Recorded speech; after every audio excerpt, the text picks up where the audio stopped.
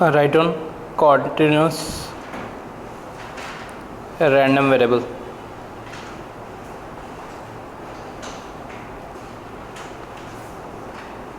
Continuous random variable.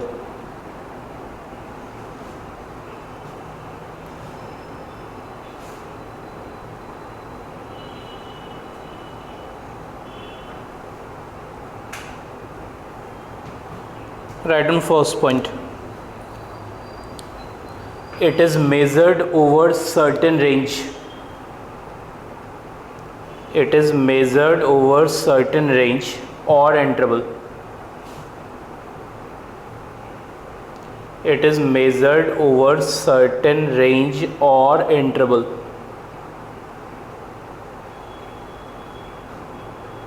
Clear? Write down point number 2. Here the function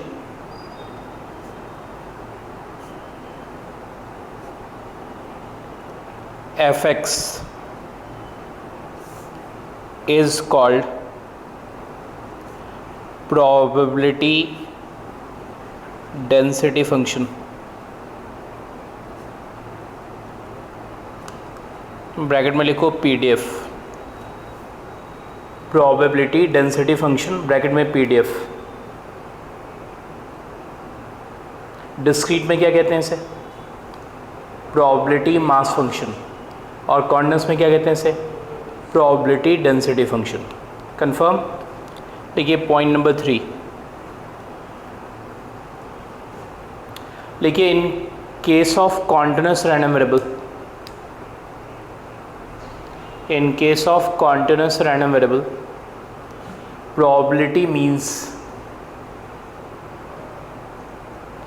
probability means area. In case of continuous random variable, probability means area. Area को underline करो. जब भी हम continuous random variable की बात करेंगे तो probability का मतलब एरिया होगा. ठीक है, क्लियर बात? लिखिए पॉइंट नंबर 4. लिखिए let capital X be a continuous random variable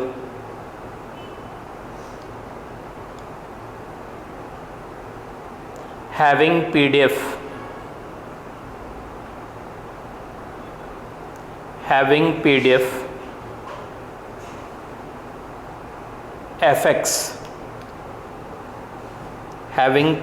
fx मैंने आपके लिए लिख दिया. लिखिए then probability x1 is less than x2. मैंने क्लियर टर्म्स में आपके लिए लिखा है probability x1 is less than x2. लिखा आपने? लिखिए इज इक्वल टू. हाँ, एक मिनट में आपसे कंफर्म करूँगा जो पोजीशन हमारे पास है. कैपिटल X क्या है? Random variable. कैपिटल X क्या है और स्मॉल x क्या है? उसकी वैल्यूज़. मतलब जैसे सपोज हमें 2 से लेकर 5 तक की प्रोबेबिलिटी चाहिए. कंफर्म? इतनी बातें क्लियर? मैंने आपसे क्या कहा? कॉन्टिन्यूस रैंडम वेरिएबल में probability means area. Probability means area. एक मिनट यहाँ कंसंट्रेट करो आप. ये हमारा PDF का ग्राफ. किसका ग्राफ है? PDF मतलब फंक्शन का ग्राफ. ये हमारा PDF है जिसका ग्राफ मैंने आपके लिए ड्रॉ किया. कंफर्म? अब आपको x1 से लेकर x2 तक की प्रोबेबिलिटी चाहिए. x1 से लेकर कहाँ तक? तो नो डाउट यहाँ से लेकर यहाँ तक का एरिया चाहिए क्योंकि कॉन्टिन्यूस रैंडम वेरिएबल मतलब एरिया. इतनी बातें क्लियर? कोई दिक्कत तो नहीं? तो आपको यहाँ से लेकर यहाँ तक का एरिया चाहिए. एरिया निकालने के लिए क्या करते हो आप? इंटीग्रेशन. हाँ या नहीं भाई? एरिया किसी भी चीज़ का निकालना है तो क्या करते हो आप? इंटीग्रेशन. तो इंटीग्रेशन साइन डालोगे, x1 से लेकर क्या लिखोगे x2 तक, कोई दिक्कत? और फंक्शन आपके पास पहले से अवेलेबल है, कौन? f(x) dx। क्लियर बात? कोई डाउट? कॉपी करो।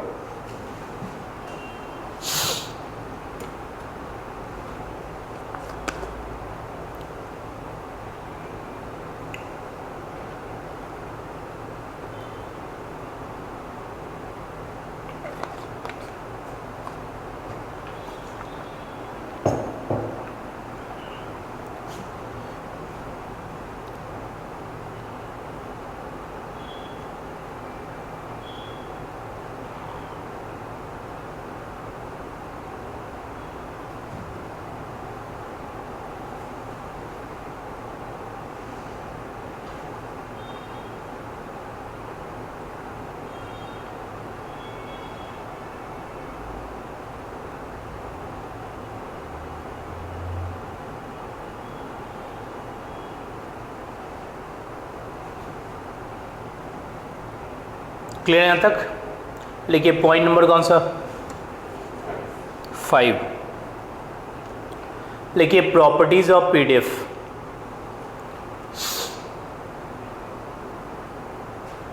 Properties of PDF, that is properties of probability density function. ध्यान रखिए प्रॉपर्टीज कभी भी चेंज नहीं होता, ठीक है?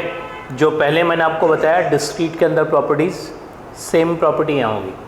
मैंने आपको फर्स्ट प्रॉपर्टी क्या बताई थी? किसी भी चीज़ की प्रॉपर्टी क्या होती है? Greater than equal to 0। So once again वही लिखिए, किसी भी चीज़ की property greater than equal to 0, ठीक है? और मुझे ये सम टोटल प्रॉपर्टी क्या होती है? 1। ये बात क्लियर? लेकिन एक बात ध्यान रखिएगा, एक हमेशा इस बात को आपको ध्यान रखना है कि डिस्क्रीट में समेशन साइन होगा, ये साइन, ये हमेशा डिस्क्रीट के लिए यूज़ करना। और जैसे ही आप कॉन्टिन्यूस में आ जाओगे तो आप इसकी जगह इंटीग्रेशन साइन लगाओगे। डिस्क्रीट में क्या? समेशन साइन, कॉन्टिन्यूस में इंटीग्रेशन साइन। कंफर्म? क्लियर? तो मैंने आपसे क्या कहा? सम टोटल प्रॉपर्टी क्या होती है? 1। कंफर्म? तो लिखिए इंटीग्रेशन साइन f(x) dx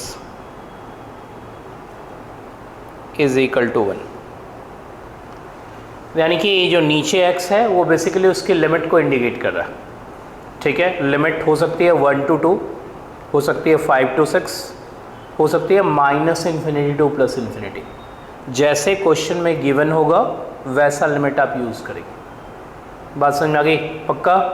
जो लिमिट होगा फंक्शन का गिवन, ठीक है, वो लिमिट आपको यहाँ यूज़ करना है, ठीक है? यहाँ तक 2 प्रॉपर्टी के अलावा कोई प्रॉपर्टी होती नहीं है, ठीक है? एक बात लिख लीजिए नोट में, वो इम्पॉर्टेंट है। लिखिए probability x1 is less than x is less than x2।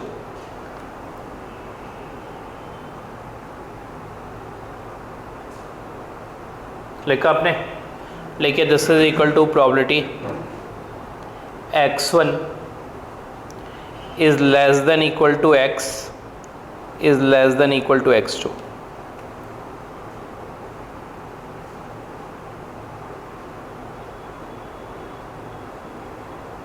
ठीक है? x1 से लेकर x2 तक की प्रोबेबिलिटी, क्लियर? जहाँ x1 x2 एक्सक्लूडेड है, और x1 से लेकर x2 तक की प्रोबेबिलिटी जहाँ x1 x2 क्या है? इंक्लूडेड है, वो हमेशा सेम होगा। अब रही बात, ये सिर्फ कॉन्टिन्यूस में होगा। डिस्क्रीट में इक्वल टू का साइन इम्पॉर्टेंट होता है, कॉन्टिन्यूस में यदि आपने छोड़ दिया तो ऐसा कोई प्रॉब्लम नहीं है, क्लियर? क्योंकि यदि आप ये कहते हो कि x1 x2 इंक्लूडेड है तो continuous random means probability means area, probability means, तो इसका मतलब ये दोनों लाइन आपकी इंक्लूडेड है। कंफर्म? मुझे बताइए लाइन के इंक्लूड होने से एरिया इंक्रीज हो सकती है क्या? नहीं। क्यों? क्योंकि एरिया ऑफ लाइन क्या होती है? 0। एरिया ऑफ लाइन क्या होती है? तो यदि आप x1 x2 इंक्लूड करोगे तो ये दोनों लाइन इंक्लूड होगा, और ये दोनों लाइन यदि इंक्लूड होगा तो एरिया में इंक्रीज नहीं होगा। कंफर्म, क्योंकि एरिया ऑफ लाइन क्या होती है 0, और ये दोनों एक्सक्लूड होगा तो एरिया डिक्रीज नहीं होगी। क्यों? क्योंकि area of line once again 0 होता है। सो लाइन के इंक्लूड होने से या लाइन के एक्सक्लूड होने से कॉन्टिन्यूस रैंडम वेरिएबल में कोई फर्क नहीं पड़ता। रीज़न, कॉन्टिन्यूस रैंडम वेरिएबल में मीन्स प्रोबेबिलिटी मीन्स एरिया, और एरिया निकालने के लिए, ठीक है, आप चाहे लाइन इंक्लूड करो या एक्सक्लूड करो, उससे एरिया को कोई फर्क नहीं पड़ता। इसलिए कॉन्टिन्यूस रैंडम वेरिएबल में इक्वल टू का इम्पॉर्टेंस नहीं। यदि आप इक्वल टू छोड़ भी गए तो ऐसा कोई प्रॉब्लम क्रिएट नहीं करेगा। समझ में आ गई बात? लेकिन डिस्क्रीट में ये इंपॉर्टेंट है, इस बात का ध्यान रखिए। क्लियर यहाँ तक? ठीक है, सारी बातें समझ में आ गई? लिखिए क्वेश्चन।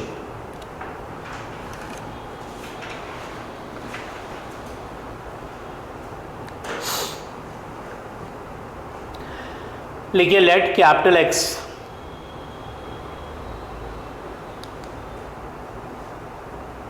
लिखिए let capital X be a random variable. Let capital X be a random variable. लिखिए having probability function, having probability function fx is equal to c into 4x minus 2x square, 4x minus 2x square if 0 is less than equal to x is less than equal to 2.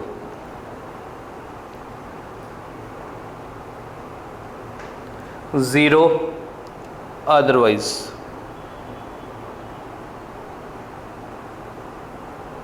लिखा आपने 0 otherwise.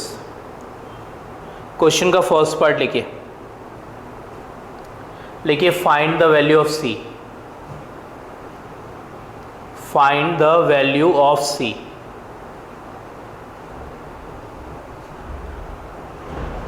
लिखा आपने? हाँ, write down solution.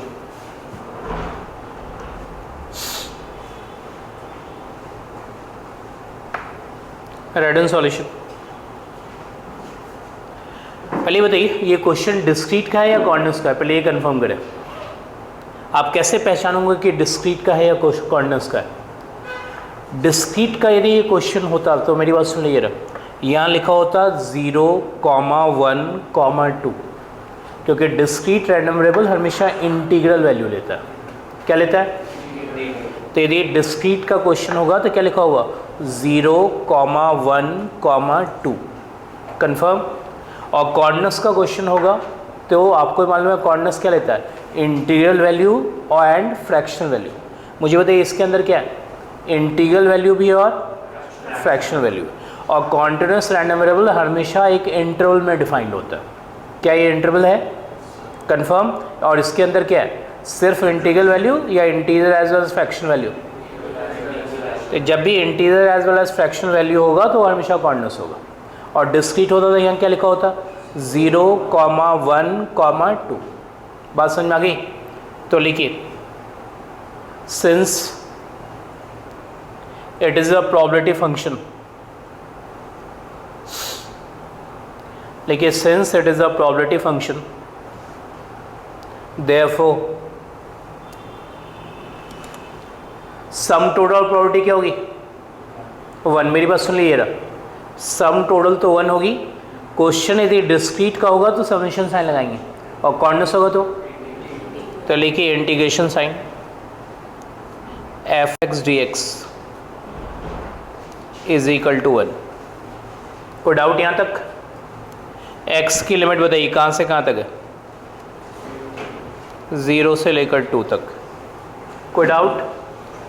लिखिए c into 4x minus 2x square dx is equal to 1। कोई doubt यहाँ तक? ये क्लियर है? सी आउटसाइड लो। 4x का इंटीग्रेशन बताओ। 4x² 2x² का इंटीग्रेशन बताओ। 2x³ 0 to 2 dx is equal to 1। यहाँ तक कोई प्रॉब्लम? ठीक है, सॉल्व करके c की वैल्यू बताओ। c की वैल्यू मुझे चाहिए, सॉल्व कीजिए जल्दी।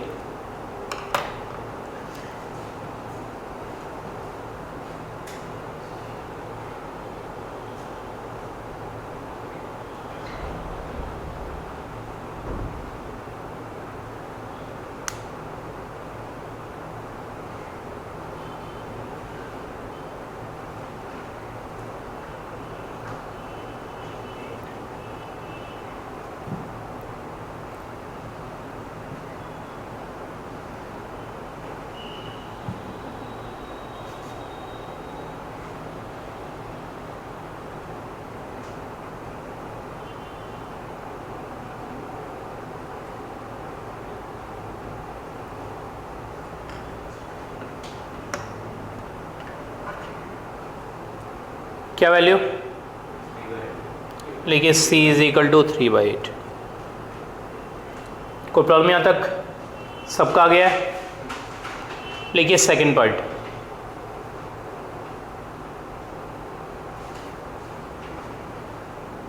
सब लोगों ने यहाँ तक लिख लिया? राइट, नेक्स्ट सेकंड वन लिखिए probability 1 is less than x is less than 2। मुझे बताइए आपकी फंक्शन कहाँ से कहाँ तक डिफाइंड है? 0 से लेकर 2 तक। क्या उसके अंदर 1 to 2 इंक्लूडेड है? जल्दी बताइए हाँ ही नहीं। यदि फंक्शन 0 to 2 डिफाइंड है तो क्या उसके अंदर 1 to 2 इंक्लूडेड है? मैंने आपको क्या समझाया कि कॉन्टिन्यूस रैंडम वेरिएबल में प्रोबेबिलिटी मीन्स और एरिया निकालने के लिए हम क्या करते हैं? इंटीग्रेशन। एरिया निकालने के लिए क्या करते हैं? तो इंटीग्रेशन कहाँ से कहाँ तक करेंगे? 1 से लेकर 2 तक। कंफर्म? c की वैल्यू कितनी है? c की वैल्यू है 3/8, वो लिख दी। और फंक्शन क्या था? 4x माइनस क्या? 2x² dx। इसका इंटीग्रेशन आप रुक के कर लीजिएगा, मैंने आपको बता दिया कि करना क्या है। ठीक है, इंटीग्रेशन करने आपको पहले से ही आता है, आप उस पर ज़्यादा जाने की ज़रूरत नहीं आपको। क्लियर है यहाँ तक? करना क्या है ये मैं आपको बता रहा हूँ। लिखिए थर्ड पार्ट, लिखिए probability x greater than 2।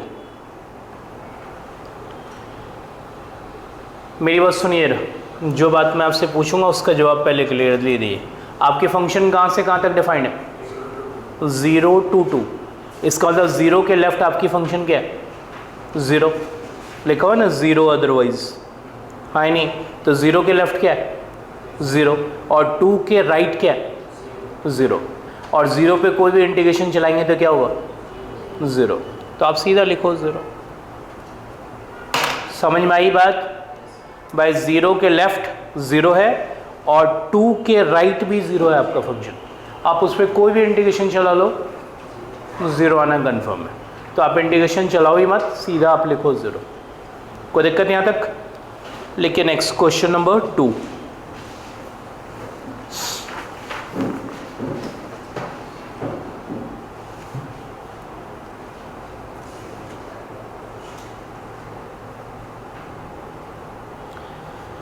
Direct लिखिए f(x) is equal to c/x। लिखिए f 0 is less than x is less than 1, 0 otherwise।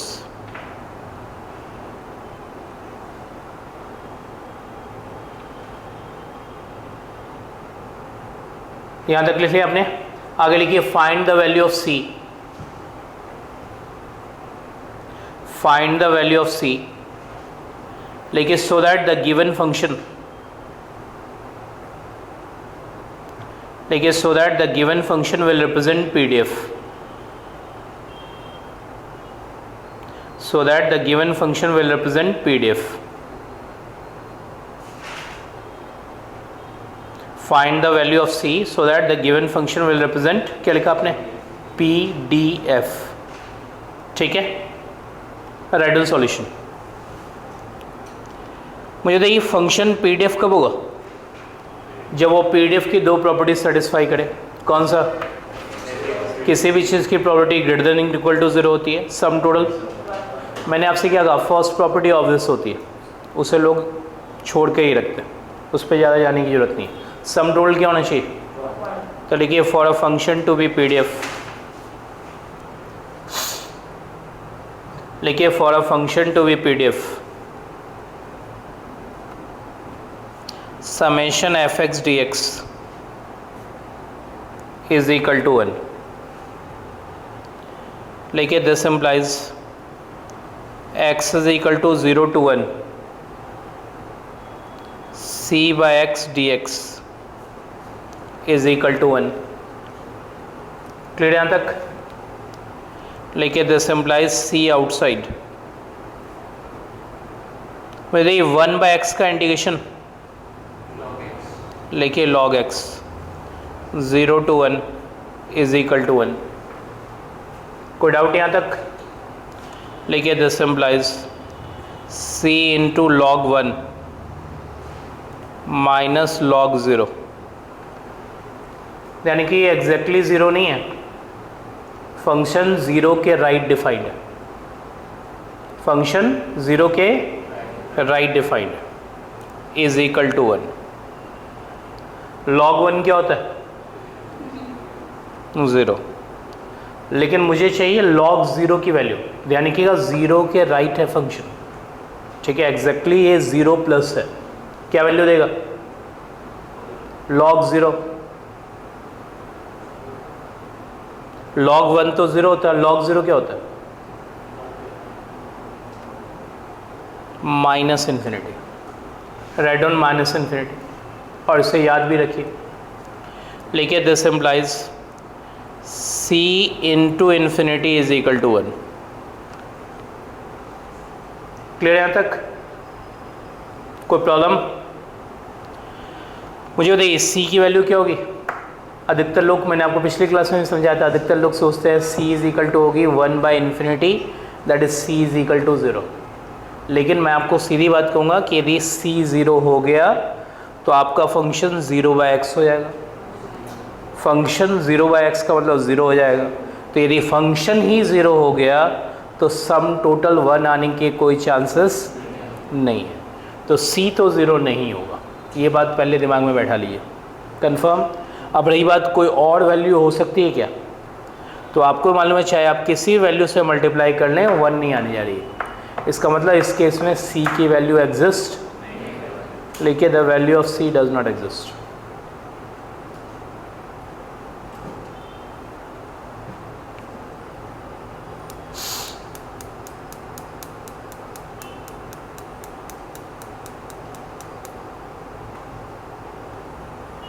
कोई प्रॉब्लम यहाँ तक?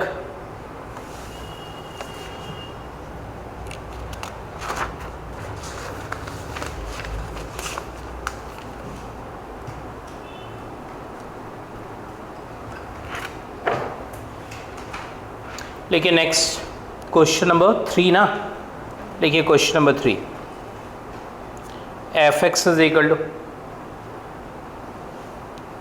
Integration sign c1 plus x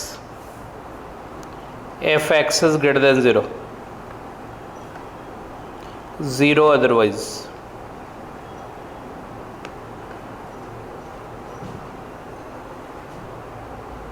ठीक है यहाँ तक?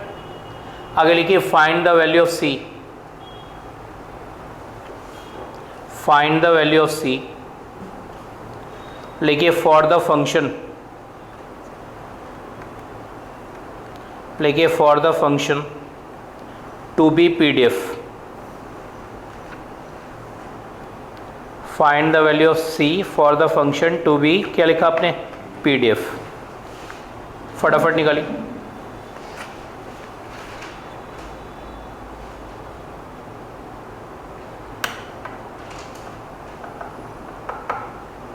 सॉल्व किए, मैं आपको 2-3 मिनट का टाइम दे रहा हूँ।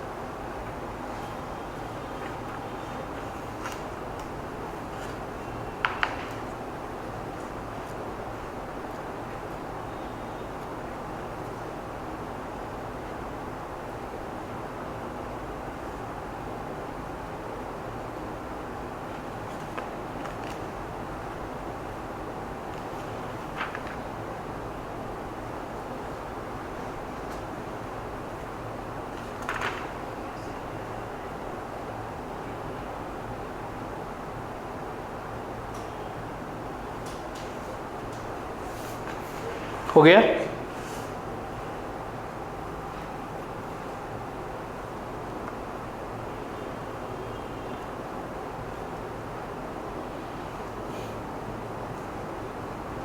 क्या लिखा आपने? Integration F x D x is equal to 1। X की वैल्यू कहाँ से कहाँ तक? 0 to infinity. C upon 1 plus X D x is equal to 1। Confirm. Next C outside लो। मुझे बताओ 1 अपॉन 1 प्लस एक्स का इंटीग्रेशन बाय 1 बाय एक्स का इंटीग्रेशन क्या होता है? Log X. तो 1 अपॉन 1 प्लस एक्स का इंटीग्रेशन क्या होगा? Log 1 plus x. लिखो log 1 plus x. Lower limit क्या है? 0। Upper limit 1 infinity. लिखो इज इक्वल टू 1। तो ये आपकी आ जाएगी सी। इन्फिनिटी सब्स्टिट्यूट करोगे तो क्या होगा? लॉग इन्फिनिटी माइनस एक्स की जगह 0 सब्स्टिट्यूट करोगे तो क्या होगा? Log 1 is equal to 1। Log 1 क्या होता है? Log infinity infinity. कन्फर्म। लिखो this implies C into infinity is equal to 1। कोई डाउट यहाँ तक? तो मुझे तो C into infinity is equal to 1 है, इसका मतलब the value of C does not, लिखिए the value of C does not exist.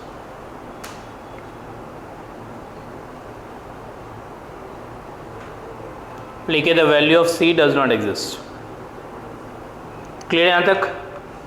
कोई प्रॉब्लम? एक और लिखो। लिखो the PDF of capital x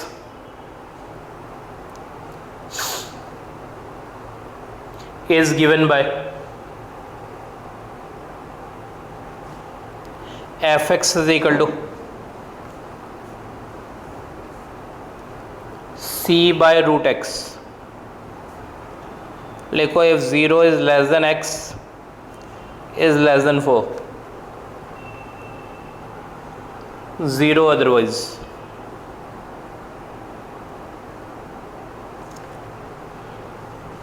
लिखा आपने? लिखिए क्वेश्चन का फर्स्ट पार्ट। फाइंड सी।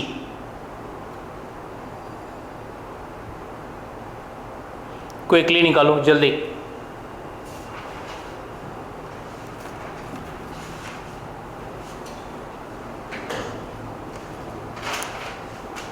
ये कॉर्डिनेट्स का क्वेश्चन है, कंफर्म ना?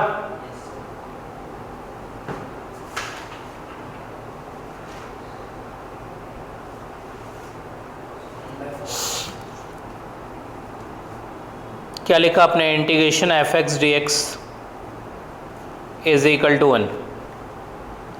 एक्स की वैल्यू कहाँ से कहाँ तक? 0 to 4।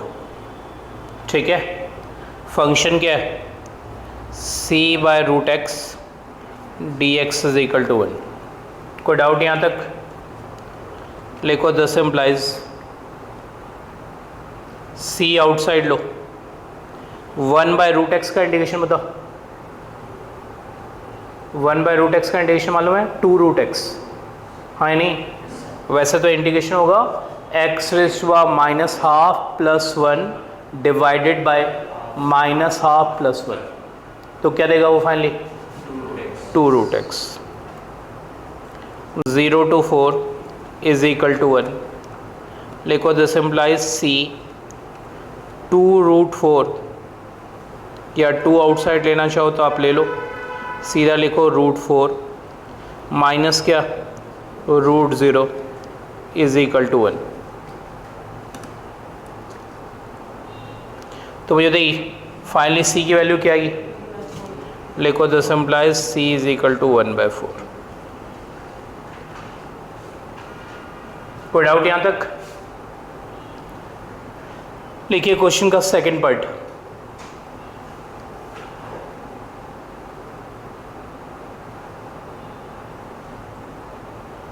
सब लोग यहाँ तक लिख लिया? लिखिए सेकंड पार्ट।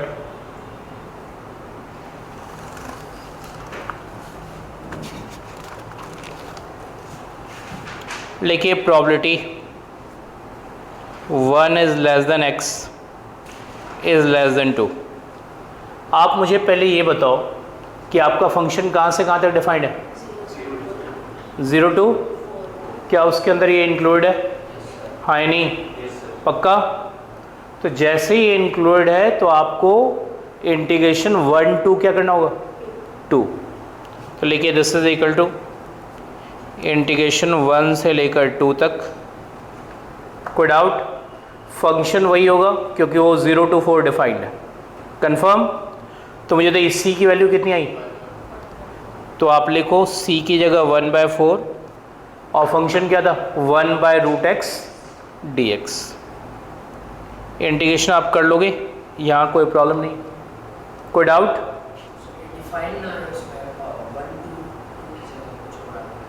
हाँ उसकी बात मैं अभी करूँगा। लिखिए थर्ड पार्ट। लिखिए प्रोबेबिलिटी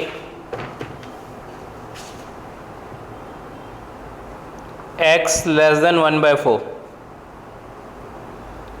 एक बार फिर से सोचिए, आपकी फंक्शन कहाँ से स्टार्ट हो रही है? और ये 1/4 से इनको नीचे चाहिए, तो एक पार्ट में तो ये होगा -∞ to 0, ठीक है?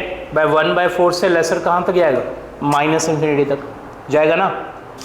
तो आप इसे लिख सकते हो -∞ से 0 तक। ये -∞ से 0 तक हमारा कौन सा फंक्शन है? भाई आपकी फंक्शन 0 to 4 डिफाइंड है। इसका तो 0 के लेफ्ट वर्ड आपकी फंक्शन क्या है? 0, और 4 के राइट वर्ड भी क्या है? 0। तो -∞ से 0 तक आपकी फंक्शन क्या हुई? 0। और 0 to 1/4 क्या हुई? c/√x वाला फंक्शन। कंफर्म? कोई दिक्कत तो नहीं? सो -∞ से 0 तक की फंक्शन आपकी क्या हुई? तो लिखो 0 dx। ऑल्दो लोग ये नहीं लिखते, ये अंडरस्टूड है, ठीक है? नेक्स्ट 0 से लेकर कहाँ तक जाओगे आप? 1/4 तक। कोई डाउट? और फंक्शन कौन सा यूज़ करोगे? क्योंकि आपकी फंक्शन 0 to 4 डिफाइंड है c/√x वाली। c की जगह लिख देना 1/4 और √x dx। कोई प्रॉब्लम? इंटीग्रेशन आपको करने आता ही है, मैं उसमें नहीं आना चाहता। क्लियर यहाँ तक? लिखिए fourth part.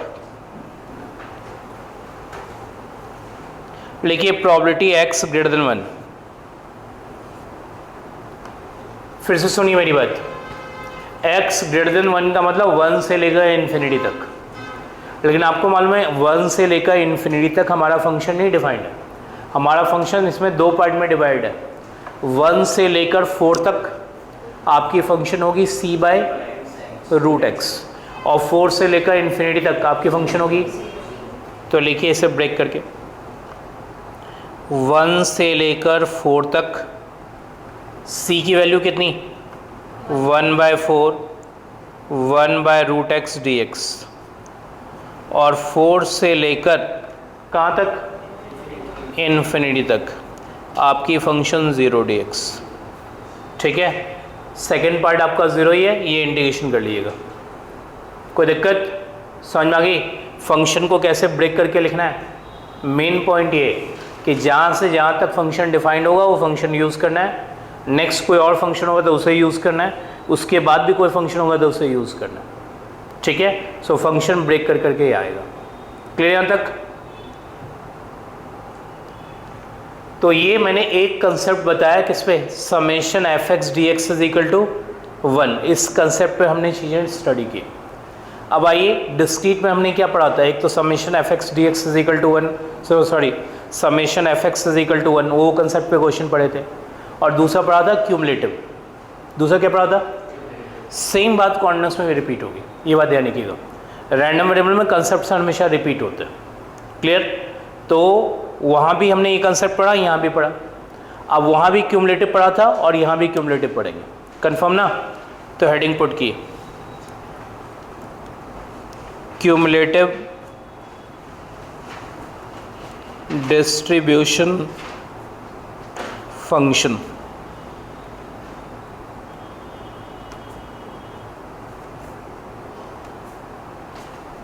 cumulative distribution function, या sometimes it is called distribution function.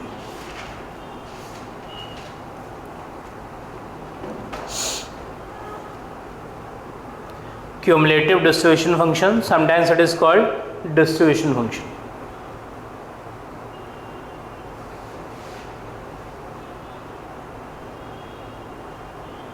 ठीक है, ध्यान रखिएगा, डिस्क्रीट में भी क्यूमुलेटिव था, कॉन्टिन्यूस में भी क्यूमुलेटिव है। ठीक है, ये हमेशा रैंडम वेरिएबल में कंसेप्ट्स मोर और लेस कैरी ऑन होते हैं। जो बातें आपने डिस्क्रीट में पढ़ी वही बातें मोर और लेस कॉन्टिन्यूस में पढ़ेंगे, थोड़ा चेंज करिए। क्लियर यहाँ तक? लिखिए राइट डाउन स्टेटमेंट, लिखिए let capital X be a continuous random variable.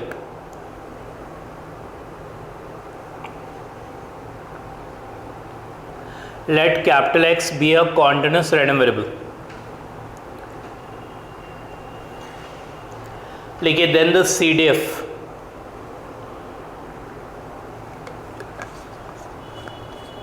लिखिए then the CDF means cumulative distribution function। लिखिए is defined as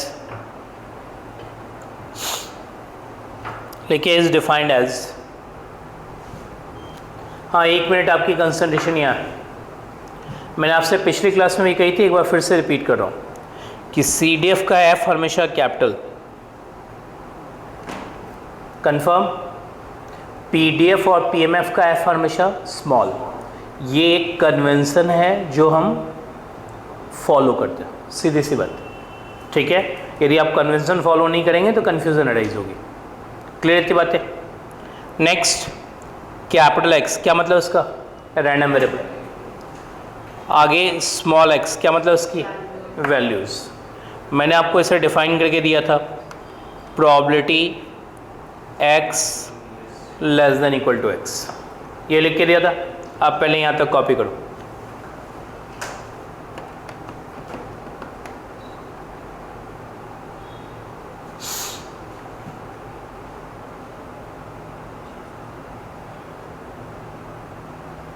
ये बात डिस्क्रीट में भी मैंने आपको लिख के दिया है, ये बात अभी तक कॉन्टिन्यूस में भी लिख के दिया है, कोई दिक्कत तो नहीं?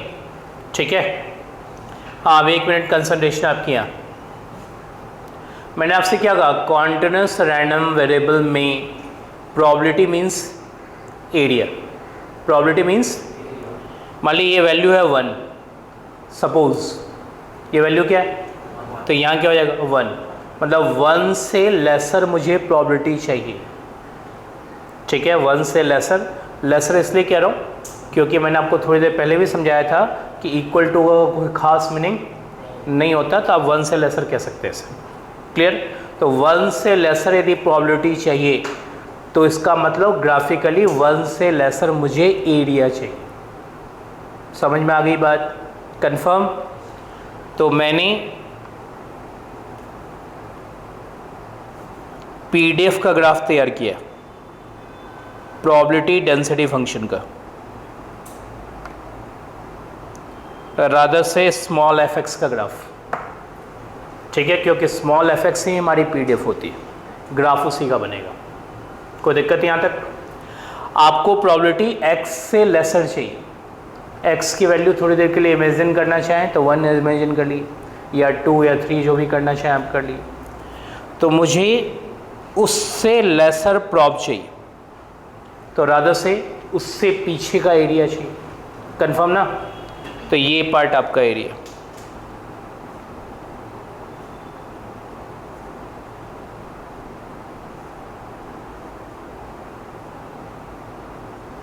मुझे बताइए एरिया निकालने के लिए हम क्या करते हैं? इंटीग्रेशन का हेल्प लेते हैं। मुझे कोई बताएगा ये एक्सट्रीम हमारा क्या है? जल्दी बताइए। ये एक्सट्रीम क्या कहलाता है? Minus infinity. और ये एक्सट्रीम क्या कहलाता है? Plus infinity. तो इसका मतलब आपकी एरिया कहाँ से स्टार्ट होगी? माइनस इन्फिनिटी से। कहाँ तक जाएगी? तो आपको इंटीग्रेशन करना है माइनस इन्फिनिटी से लेकर एक्स तक। कोई डाउट? किस फंक्शन का? पीडीएफ का। किसका? पीडीएफ का। कई लोग यहाँ लिखते हैं एफ एक्स डी एक्स और कुछ लोग लिखते हैं एफ टी डी टी। मुझे बताइए फंक्शन एक्स स्क्वायर का इंटीग्रेशन करें या फंक्शन टी स्क्वायर का इंटीग्रेशन करें, मुझे बताइए कोई फ़र्क आएगा क्या? नहीं। हाँ या नहीं? बाय इंटीग्रेशन चाहे एक्स स्क्वायर का करो या फिर टी स्क्वायर का करो। तो कुछ लोग लिखते हैं यहाँ एफ एक्स डी एक्स और कुछ लोग लिखते हैं F T D T. F x D x लिखेंगे तो एक प्रॉब्लम आएगी कि ये एक्स जब सब्स्टिट्यूट करेंगे तो एक्स की जगह एक्स सब्स्टिट्यूट होगा, और एफ टी डी टी लिखेंगे तो टी की जगह एक्स सब्स्टिट्यूट करेंगे। तो एडवांटेजेस पोजीशन तभी है कि जब आप इसे किस में लिखें? एफ टी डी टी में। तो आप इसे लिखिए एफ टी डी टी। बात समझ में आई? हाँ या नहीं? फंक्शन वही है, सिर्फ हमने एक्स हटा के टी सब्स्टिट्यूट कर लिया उसकी जगह। क्लियर यहाँ तक? सबको बात समझ में आ गई है? ठीक है यहाँ तक? यदि आप एफ एक्स डी एक्स लिखेंगे तो प्रॉब्लम क्या होगी? एक्स की जगह हमेशा एक्स सब्स्टिट्यूट होगा, इसलिए बेटर है कि थोड़ा सा इसे हल्का सा चेंज करके लिख लीजिए। ठीक है? और integration 0 to 1 x square D x का इंटीग्रेशन करें या integration 0 to 1 T square D T का इंटीग्रेशन करें, इज इट सेम? आपने डेफिनेट इंटीग्रल की प्रॉपर्टीज़ पढ़ रखी है ना? हाँ या नहीं? 12th में। क्लियर? तो डेफिनेट इंटीग्रल की प्रॉपर्टीज़ क्या कहती है कि 0 to 1 x square D x का इंटीग्रेशन वही होगा जो फिर 0 to 1 T square D T का होगा। ये बात सबको क्लियर? अब लिखिए प्रॉपर्टीज। आपने यहां तो कॉपी कर लिया है, लिखिए प्रॉपर्टीज।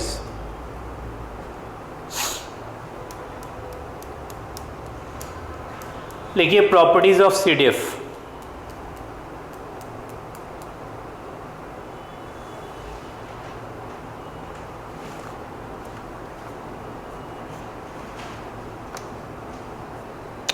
मुझे बताइए प्रोबेबिलिटी की मिनिमम वैल्यू क्या होती है? 0, मैक्सिमम 1। इतनी बातें क्लियर ना? तो CDF की भी मिनिमम वैल्यू क्या होगी? 0, मैक्सिमम 1। ये बात सबको समझ आ गई? भाई CDF क्या है? सम टोटल और प्रॉपर्टीज। तो मिनिमम वो 0 हो सकता है, मैक्सिमम 1 हो सकता है। ठीक है? इससे ज़्यादा तो एक्सीड करने के कोई चांसेस नहीं। क्लियर यहाँ तक? लिखिए सेकेंड वन, लिखिए एफ एक्स इन्फिनिटी और नीचे लिखिए एफ एक्स माइनस इन्फिनिटी। हाँ, इन दोनों को कंसिडरेट किए, मैं आपको सिर्फ कंफर्म करूँगा कि क्या पोजीशन में हम हैं। आप इसे दो तरीके से देख सकते हो, एक तरीका इंटीग्रेशन से देख सकते हो और दूसरा एरिया से भी देख सकते हो। ठीक है, इधर देखो यार, पहले तो मैं इंटीग्रेशन से आपको दिखाऊं। जैसे हमने कहा एफ एक्स माइनस इन्फिनिटी, तो यहाँ माइनस इन्फिनिटी सब्स्टिट्यूट होगी, यहाँ भी माइनस इन्फिनिटी सब्स्टिट्यूट होगी। ठीक है, यहाँ भी एक्स की जगह माइनस इन्फिनिटी सब्स्टिट्यूट होगी। मुझे बताइए माइनस इन्फिनिटी से माइनस इन्फिनिटी तक का एरिया 0। कन्फर्म? भाई कोई भी इंटीग्रेशन माइनस इन्फिनिटी से माइनस इन्फिनिटी तक का चलाएंगे तो हमेशा 0 ही देगा। ठीक है, और एरिया के टर्म्स में देखना चाहे तो वो भी आपको क्लियरली दिखेगा। यदि मैं इस x को माइनस इन्फिनिटी पे लेके चले जाऊँ तो क्या आएगा? एरिया 0। कंफर्म, कोई एरिया ही नहीं होगा। इतनी बात है क्लियर। यदि इस x को आप माइनस इन्फिनिटी पे पहुंचा दो तो किसी भी तरह का कोई एरिया होने के कोई चांसेस नहीं है। तो ये आपकी ज़ीरो आई है, सॉरी ये ज़ीरो होगी। कोई डाउट यहाँ तक? ये क्लियर? हाँ, इधर कंसिडरेट कीजिए। अब दूसरा टर्म आया एफ एक्स इन्फिनिटी, कन्फर्म। तो यहाँ में क्या पुट करेंगे? इन्फिनिटी। यहाँ भी क्या होगा? इन्फिनिटी। माइनस इन्फिनिटी से इन्फिनिटी तक का इंटीग्रेशन क्या होगा? एक बात यानी कि ये कर्व जो आप पढ़े जा रहे हो वो प्रोबेबिलिटी है। प्रोबेबिलिटी किसी हालत में 1 क्रॉस नहीं करती। तो मुझे बताइए माइनस इन्फिनिटी से इन्फिनिटी तक इंटीग्रेशन क्या देगा? 1 से ज़्यादा हो ही नहीं सकता। और एरिया के टर्म्स में सोचिए, माइनस इन्फिनिटी से प्लस इन्फिनिटी तक का एरिया क्या होगा? जल्दी बताइए। 1, क्योंकि ये प्रोबेबिलिटी कर्व है और probability curve clear cut indicate करती है कि एरिया किसी भी हालत में 1 क्रॉस नहीं कर सकती। बात समझ में आ गई? कन्फर्म ना? तो इस x को यदि आप इन्फिनिटी पे भी ले जाओगे तो भी एरिया 1 क्रॉस नहीं कर सकती, क्योंकि ये कर्व कौन सा है? Probability curve. कन्फर्म? तो लिखिए इज इक्वल टू 1। कोई डाउट यहां तक? ठीक है, लिखिए प्रॉपर्टी नंबर 3।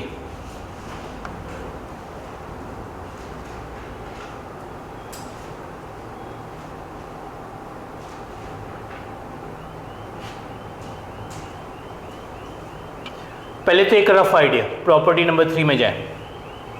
मुझे देखिए पीडीएफ को यदि हम इंटीग्रेट करते हैं, ये आपकी पीडीएफ है ना, तो आपको क्या मिला? सीडीएफ। क्या मिला? सीडीएफ। तो मुझे देखिए सीडीएफ को डिफरेंशिएट करेंगे तो क्या मिलेगा? पीडीएफ। ये बात सबको क्लियर ना? मुझे बताइए पीडीएफ का इंटीग्रेशन, रफली मैं आपसे कह रहा हूँ, पीडीएफ का इंटीग्रेशन क्या दे रहा है? सीडीएफ। तो सीडीएफ को डिफरेंशिएट करेंगे तो क्या आएगा? पीडीएफ।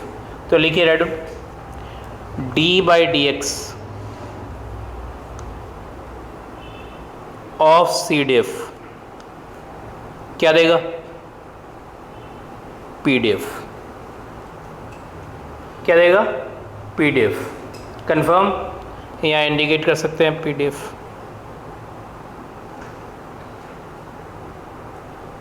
और आपको अच्छी तरह से मालूम है कि पीडीएफ की वैल्यू किसी हालत में नेगेटिव, तो यहाँ लिखिए ग्रेटर देन इक्वल टू 0। यहाँ तक कोई प्रॉब्लम? सबको ये बात क्लियर? मुझे बताइए एक सिंपल सी बात, और इसको याद भी रखना है आपको। यदि हमने किसी फंक्शन को डिफरेंशिएट किया है और differentiated function greater than equal to 0 है, differentiated function greater than equal to 0 है, तो हम ऐसे फंक्शंस को क्या कहते हैं? इंक्रीजिंग या डिक्रीजिंग? इंक्रीजिंग। इसका मतलब CDF का डिफरेंशिएशन जो PDF आ रहा है वो हमेशा ग्रेटर देन इक्वल टू 0 होता है। इसका CDF क्या होगा? हर हमेशा इंक्रीज करेगी। लिखिए that is CDF is increasing function. लिखिए that is CDF is increasing function.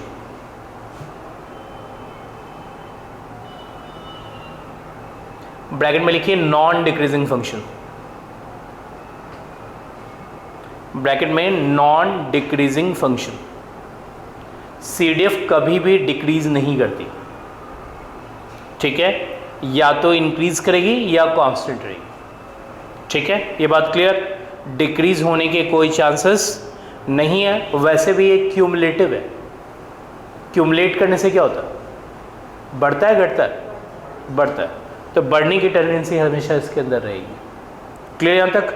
लिखिए प्रॉपर्टी नंबर कौन सा? 4।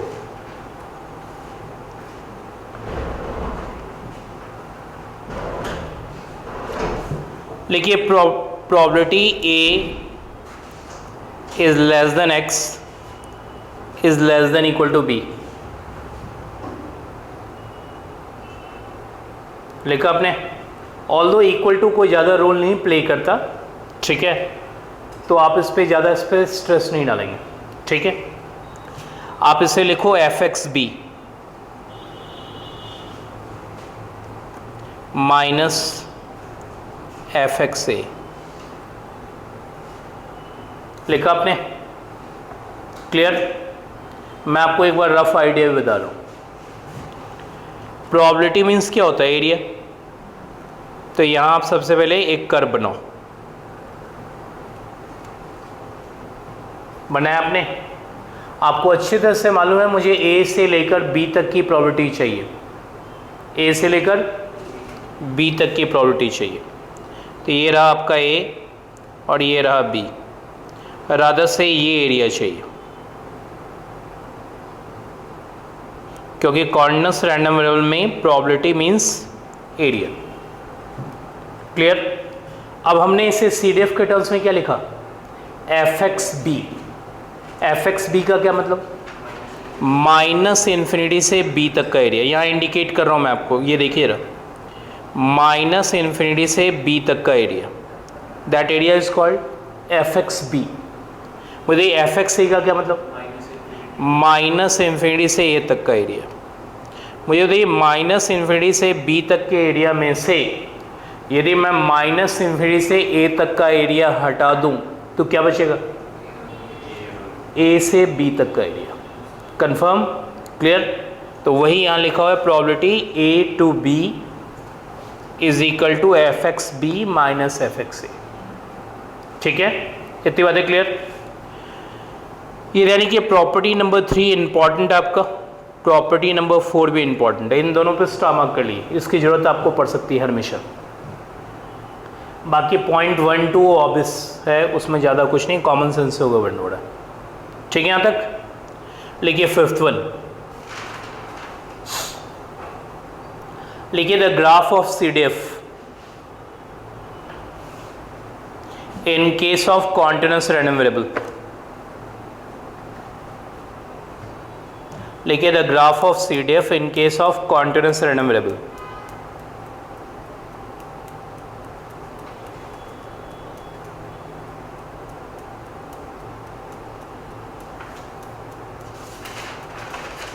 लिखा आपने? हाँ, 1 मिनट आप यहाँ कंसंट्रेट करेंगे, मैं आपके लिए ग्राफ ड्रॉ करूँगा। ठीक है, आपको उसे समझना है। ठीक है, और जो बातें मैं आपसे पूछूंगा उसका जवाब देना है। ऑलरेडी मैंने वो बात आपको डिक्टेट करा दी। कंसंट्रेशन आपकी यहाँ होनी चाहिए।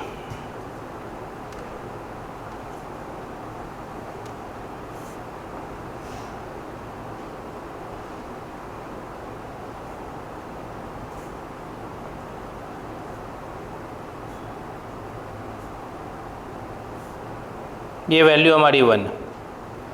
CDF की मिनिमम वैल्यू क्या होती है? 0, मैक्सिमम 1। ये बात सबसे पहले यानी। दूसरी बात, एफ एक्स माइनस इन्फिनिटी क्या होता है? CDF माइनस इन्फिनिटी भी क्या देता है? मैंने आपको डिक्टेट कराया हो। CDF माइनस इन्फिनिटी भी क्या देगा? 0, प्लस इन्फिनिटी भी क्या देगा? 1। इतनी बातें क्लियर?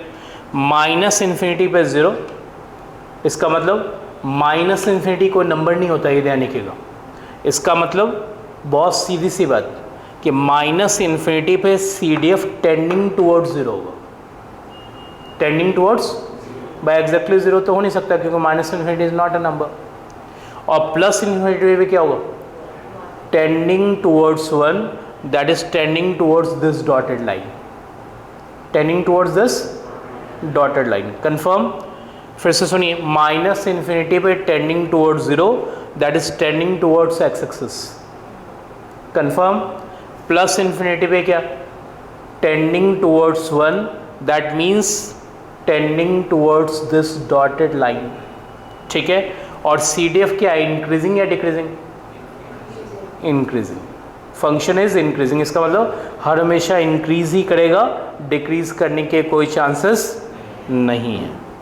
तो एक रफ आइडिया जो ग्राफ का होगा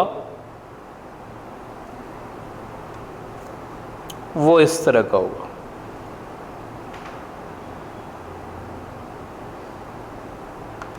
मुझे ये ग्राफ इंक्रीजिंग है? जल्दी बताइए हाँ या नहीं। कंफर्म? माइनस इन्फिनिटी पे टेंडिंग टुवर्ड्स क्या? 0, that is tending towards x axis. Plus infinity भी क्या है, tending towards 1, that is tending towards dotted line. यानी कि ये ग्राफ का मैंने एक रफ आइडिया बताया। एग्जैक्ट आइडिया तो तब बनेगा जब आप मुझे फंक्शन दोगे, बिना फंक्शन के ग्राफ नहीं होता भाई। कोई फंक्शन दोगे ना तो एग्जैक्ट मैं आपके लिए बनाऊंगा। अभी जो मैंने बनाया है वो जनरल नॉलेज पे बनाया।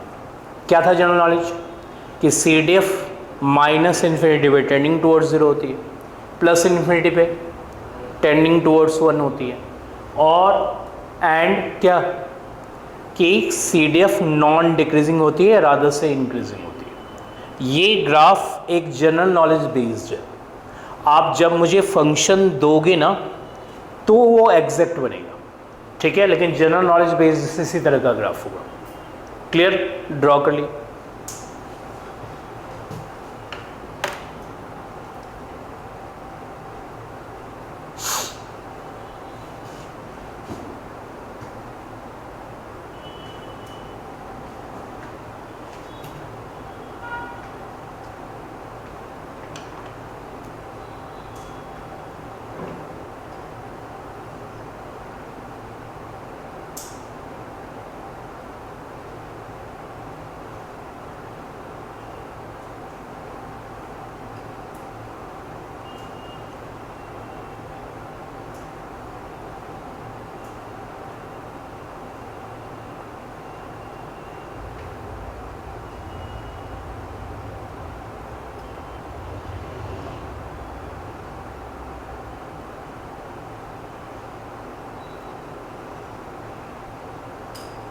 ड्रॉ हो गया।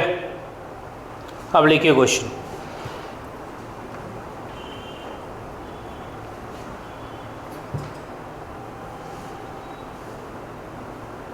लिखिए लेट कैपिटल एक्स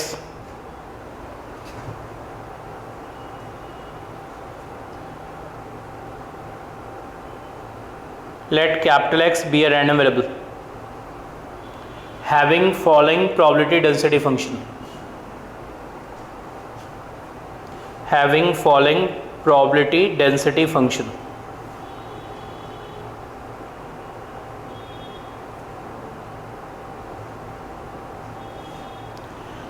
लिखिए f x is equal to 3x²। लिखिए f 0 is less than x is less than equal to 1, 0 otherwise.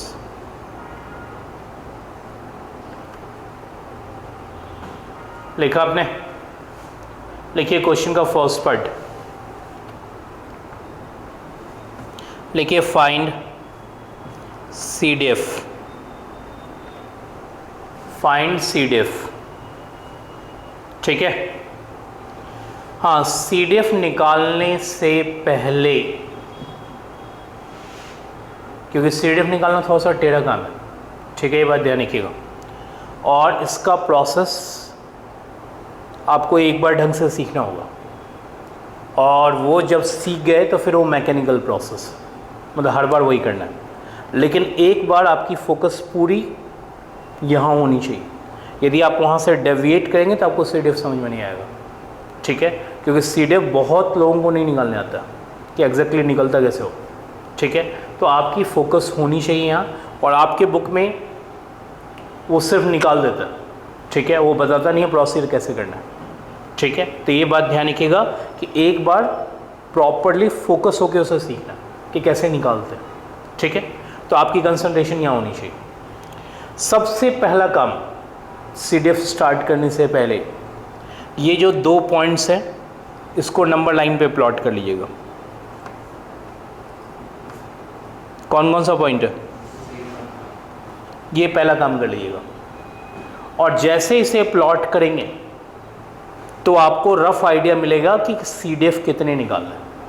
मुझे इस 0 1 ने नंबर लाइन को कितने पार्ट में डिवाइड किया? 3 पार्ट में। एक 0 से लेसर, दूसरा 0 to 1, तीसरा 1 से ग्रेटर। बात समझ में आ गई? तो आपको इस केस में 3 CDF निकालना है। मान लीजिए सिर्फ एक ही वैल्यू होती है 0, कितनी वैल्यू होती है? सिर्फ एक 0, बाकी कोई वैल्यू नहीं होती। तो नंबर लाइन कितने पार्ट में डिवाइड होता? तो 2 से डिफ निकालना। मान लीजिए सपोज हमारे पास 0 1 के अलावा 2 भी होता, क्या होता? 2। तो 3 नंबर हुए, तो नंबर लाइन कितने पार्ट में डिवाइड होता? 4 पार्ट में। तो कितने सी डी एफ निकालते? 4। ये बात समझ में आ गई? जितने नंबर्स होंगे सबको प्लॉट कर लीजिएगा। वो प्लॉट करने के साथ ही आपको ये समझ में आ जाएगा कि कितने सी डी एफ निकालने। ठीक है, क्लियर बात? ठीक है, तो मुझे बताइए इस केस में कितने सी डी एफ निकालने? 3। एक 0 से लेसर, दूसरा 0 to 1, तीसरा 1 ऑनवर्ड। तो लिखिए केस फर्स्ट।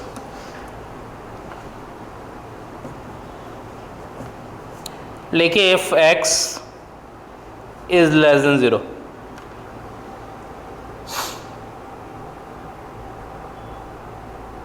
ठीक है, सी डी एफ का फॉर्मूला लिखिए एफ एक्स एक्स। लिखा आपने? एक बार फिर से बताइए सी डी एफ की स्टार्टिंग कहाँ से होती? माइनस इन्फिनिटी से। कहाँ से स्टार्ट होती? तो आपको इंटीग्रेशन माइनस इन्फिनिटी से स्टार्ट करना। कंफर्म? और इंटीग्रेशन कहाँ तक ले जाना? हाँ, 0 तक ले जाना है। ये बात आपको थोड़ी समझनी है।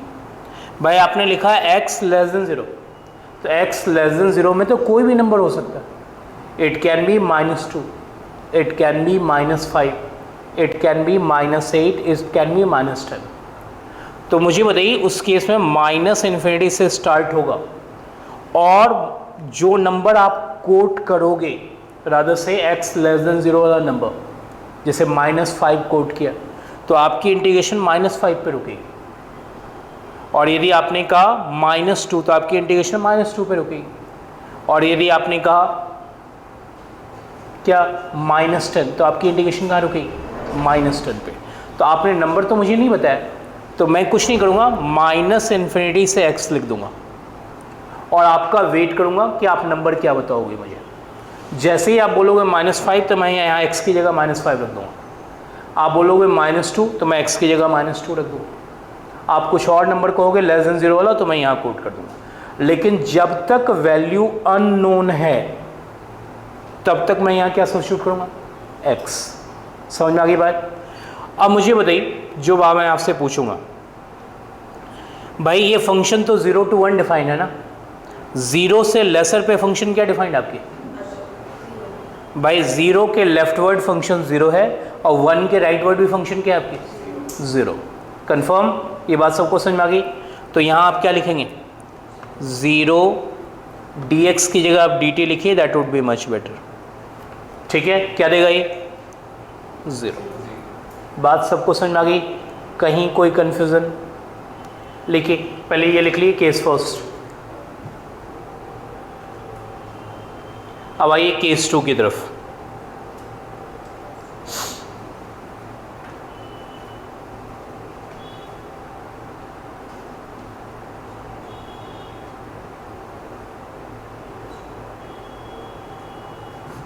लिखिए केस 2।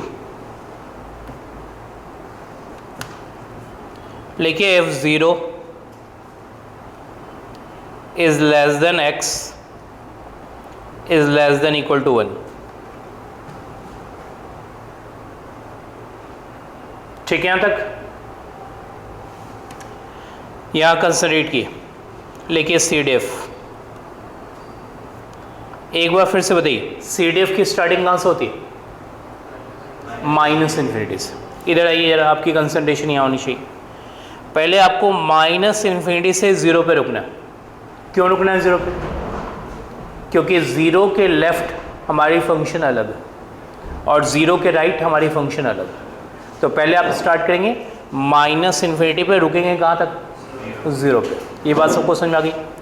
अब रही बात 0 के से स्टार्ट करेंगे इंटीग्रेशन नंबर 2, कहाँ तक रुकेंगे? हाँ, 1 तक नहीं रुकना है। यही बात मैं आपको कॉन्स्टेंटली समझा रहा हूँ। आप लिखे हो कि x की वैल्यू 0 to 1 है, तो 0 उसका लोअर एक्सट्रीम है और 1 उसका अपर एक्सट्रीम। लेकिन आपकी वैल्यू 0 और 1 के बीच में भी हो सकती है नहीं हो सकती? तो उस केस में आपको इंटीग्रेशन वहाँ ले जाके रोकना होगा। बात समझ आई?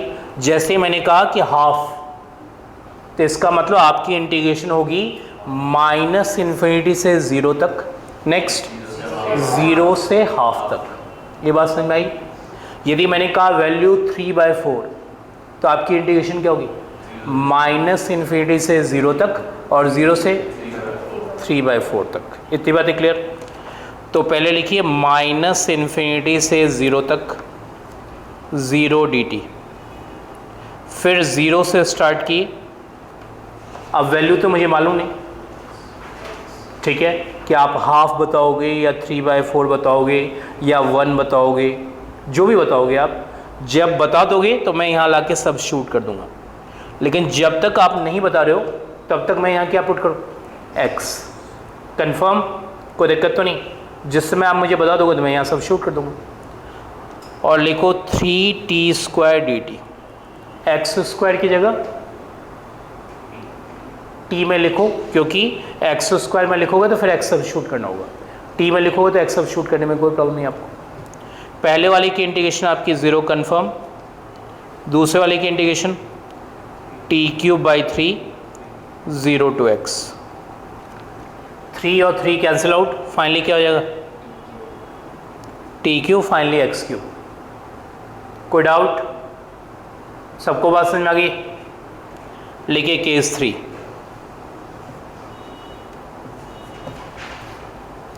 लिखिए if x is greater than 1। एक बार फिर से बताइए, CDF की स्टार्टिंग कहाँ से? -∞ से। मेरी बात सुनिए जरा, पहले हम आएंगे -∞ से 0, पक्का? क्योंकि यहाँ हमारे पास फंक्शन अलग है। क्या है फंक्शन? 0। फिर हम जाएंगे 0 से लेकर 1 तक, यहाँ फंक्शन क्या है? 3x²। 1, फिर 1 ऑनवर्ड जाएंगे। 1 ऑनवर्ड कहाँ जाएंगे? कहाँ तक? x तक, इन्फिनिटी नहीं। 1 से बड़ा कोई भी नंबर हो सकता है। जैसे आपने कहा नंबर 5, तो मैं इंटीग्रेशन 5 पर लाकर रोक दूंगा। आपने कहा नंबर 10, तो मैं 10 पे रोकूंगा। आपने कहा नंबर 1 लाख, तो मैं 1 लाख पे रोकूंगा। लेकिन जब तक आप नंबर नहीं कोट कर रहे हो तब तक मैं उसकी जगह हमेशा x सब्स्टिट्यूट करूँगा, पक्का? तो लिखिए CDF -∞ से 0 0 dt, नेक्स्ट 0 से लेकर कहाँ तक? हाँ, 0 से लेकर 1 तक। क्या फंक्शन? 3t² dt लिखो तो ज़्यादा अच्छा है, क्योंकि हम t में ही लिख रहे हैं। 0 से 1 तक, ये यानी कि 3t² dt। और नेक्स्ट बताओ, 1 से लेकर x तक, और क्या? 0 dt, पक्का? तो मुझे बताइए, पहले से आ गया 0, दूसरे से हो गया 3t³ 3 0 to 1, और लास्ट से क्या आ जाएगा? 0, क्योंकि 0 पे कोई भी इंटीग्रेशन चलाएंगे तो क्या होगा? 0। तो मुझे बताइए ये क्या हो जाएगा? 0 + 1 + 0, क्या आ जाएगा? 1। आगे 3 CDF। समझ में कुछ बात आई?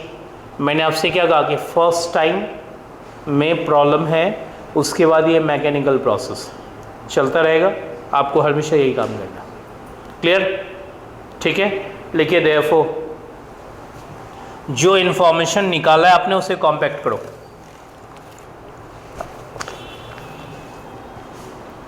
लिखो देयरफॉर CDF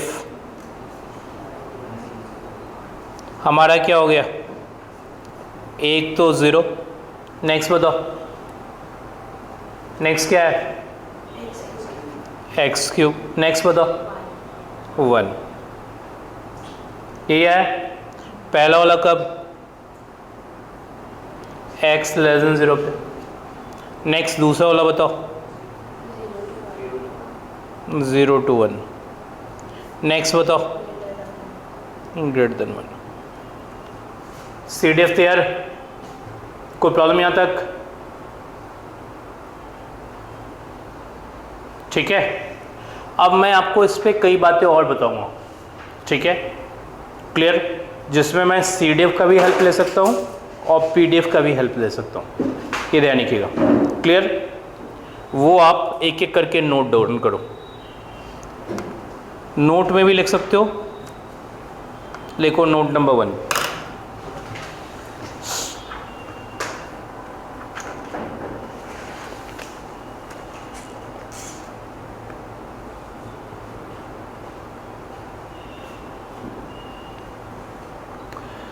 सपोज ये CDF आपको गिवन है, ठीक है, और आपको PDF फाइंड करना है।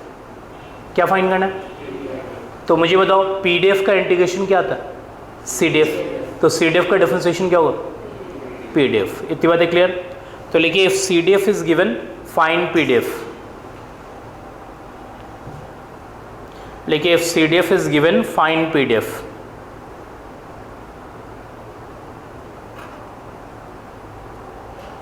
क्या होगा PDF?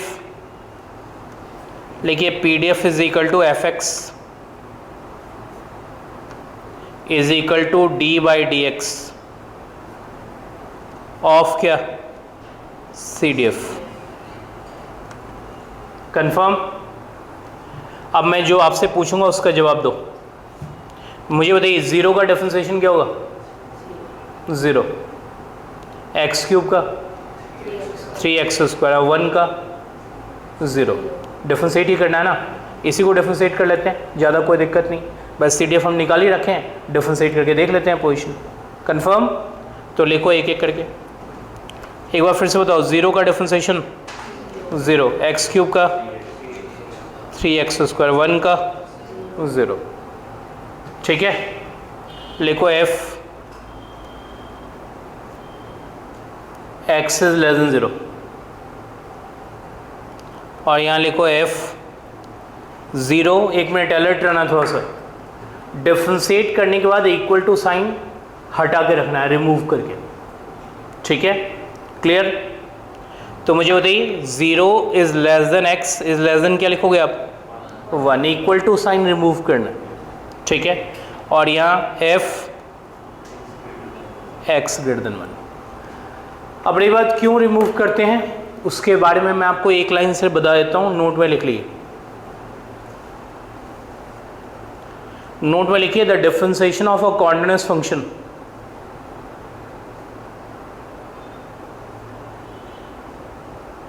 लिखिए the differentiation of a coordinate function need not be coordinate.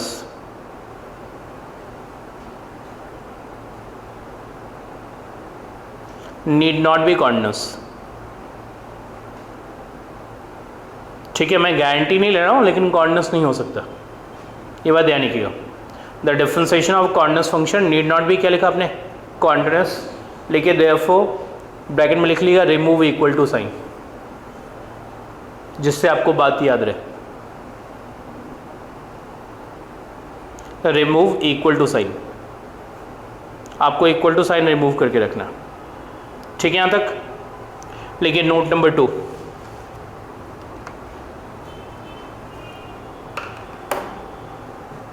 लिखिए मीडियन।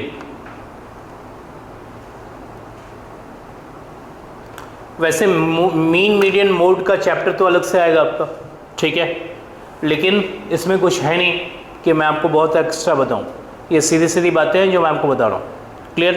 पहले मीडियन का डेफिनेशन लिखिए। लिखिए मीडियन इज अ पॉइंट, लिखिए विच डिवाइड्स the whole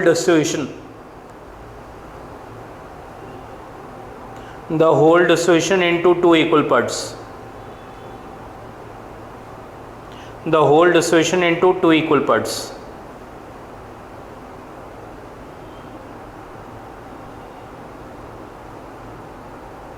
डेफिनेशन आपके नॉलेज में है ही। हाँ एक मिनट यहाँ कंसंट्रेट किया। ये सपोज इसके ऊपर जो ग्राफ होगा वो हमारा PDF का ग्राफ होगा, ठीक है। मान ली ये पॉइंट हमारी मीडियन है, क्लियर। तो मुझे देखिए इस पॉइंट से पहले की प्रोबेबिलिटी और इस पॉइंट के बाद वाली प्रोबेबिलिटी क्या होगी, इक्वल। ठीक है, आपको मालूम है टोटल प्रोबेबिलिटी क्या होती है 1। इसका मतलब m से पहले और m के बाद प्रोबेबिलिटी क्या होगी 1। कंफर्म। तो लिखिए that is px less than m, या फिर आप इसे कह सकते हो px greater than equal to m is equal to half. Equal to आप किसी में लगा सकते हो, ये आपकी मर्जी है। कॉर्डिनेट्स हैं, कॉर्डिनेट्स में वो इक्वल टू से हम फ्री हैं, थोड़ा बहुत से कोई फर्क नहीं पड़ता, जिसमें आप लगाना चाहो उसमें लगा लो। ठीक है,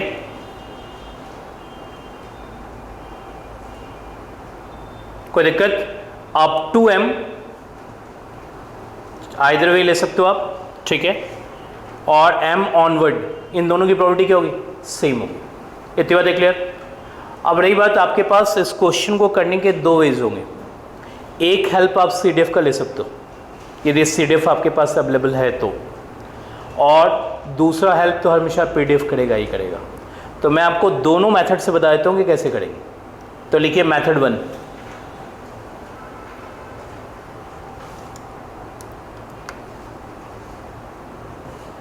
लिखिए बाय PDF।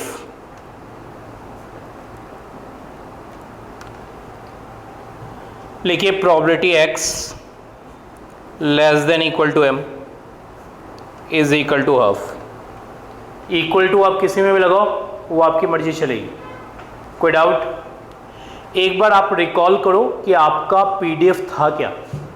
आपका PDF था 3x², और वो फंक्शन था आपका PDF 3x² वाला, और उसकी लोअर लिमिट क्या थी 0, अपर लिमिट क्या थी 1। तो मुझे बताओ m से लेसर मुझे प्रोबेबिलिटी चाहिए, तो मैं इंटीग्रेशन कहाँ से स्टार्ट करूँ भाई। उस फंक्शन की लोअर लिमिट क्या है 0, अपर लिमिट क्या है 1। तो मुझे बताइए m से लेसर मुझे प्रोबेबिलिटी चाहिए, तो मैं इंटीग्रेशन कहाँ से स्टार्ट करूँ 0 से स्टार्ट करूँ। कंफर्म। यदि फंक्शन की लोअर लिमिट 0 होगी तो 0 से स्टार्ट करना, यदि फंक्शन की लोअर लिमिट -∞ होगी तो -∞ से स्टार्ट करना। इतनी बात है क्लियर। तो लिखो इंटीग्रेशन 0 से क्यों स्टार्ट हुआ, समझ में आ गया। 2m फंक्शन क्या था 3x² dx is equal to half. कोई डाउट यहाँ तक। ठीक है, मुझे देखिए 3x² का इंटीग्रेशन क्या होगा 3x³ 3 0 to m is equal to half. Confirm. तो ये क्या आ जाएगा m³ is equal to half. So finally क्या होगा हाफ का क्यूब रूट।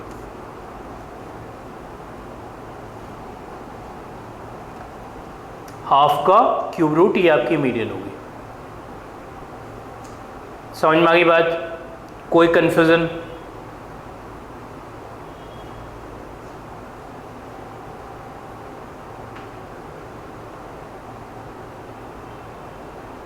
ठीक है, लिखिए मेथड 2।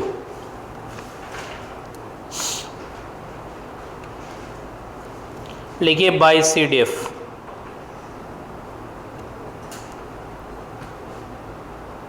CDF के थ्रू करें। लिखिए probability x less than equal to m is equal to half. बताइए CDF का डेफिनेशन याद है ना, f(x) इज इक्वल टू क्या होता है probability x less than equal to x। तो यहाँ x की जगह क्या लिखा हुआ है m, तो मैं इसे क्या लिखूँ f(x_m) is equal to half. भाई जहाँ x लिखा हुआ होता है CDF में, वहाँ अब m आ जाएगा। कंफर्म। हाँ 1 मिनट कंसंट्रेशन आपकी यहाँ। भाई हमारे पास CDF अवेलेबल है तो हम उसका डायरेक्ट यूज़ करेंगे। ठीक है, इधर देखिए ना, ये आपका f(x_m) हो गया। कंफर्म। तो यहाँ से क्या आ जाएगा m³। क्या आ जाएगा m³। आपको इंटीग्रेशन करने की ज़रूरत नहीं है, ऑलरेडी हमने CDF के अंदर इंटीग्रेशन कर रखा है, अब हम उसके रिजल्ट्स को डायरेक्ट यूज़ करेंगे। तो जैसे ही यहाँ m रखोगे तो यहाँ क्या हो जाएगा, तो लिखो this implies m³ is equal to half, और ये क्या हो जाएगा, हाफ का क्यूब रूट, हाफ का क्यूब रूट। CDF में एडवांटेज आपको सिर्फ ये है कि CDF में ऑलरेडी आप इंटीग्रेशन करके बैठे हुए हो, सिर्फ वैल्यू सब्स्टिट्यूट करनी, और PDF में आपको इंटीग्रेशन करना होगा। बस इतना ही डिफरेंस है और कोई डिफरेंस नहीं। ठीक है, यहाँ तक मीडियन समझ में आ गया, पक्का ना। लेकिन थर्ड पार्ट,